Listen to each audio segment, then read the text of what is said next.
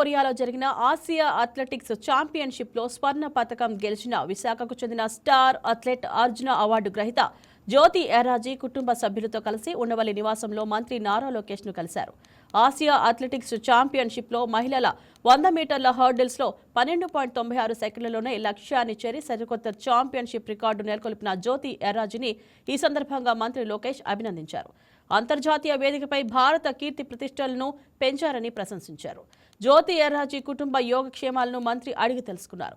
వచ్చే ఒలింపిక్స్లో మెడల్ సాధించడమే లక్ష్యంగా పెట్టుకోవాలని, ఇందుకు అన్ని విధాలా తాము అండగా నిలుస్తామని ఈ సందర్భంగా మంత్రి హామీ ఇచ్చారు. కసి, పట్టుదల వల్ల ఈ స్థాయికి వచ్చారని, భవిష్యత్తులో దేశం మొత్తం తన వెంట నిలుస్తుందని భరోసా ఇచ్చారు.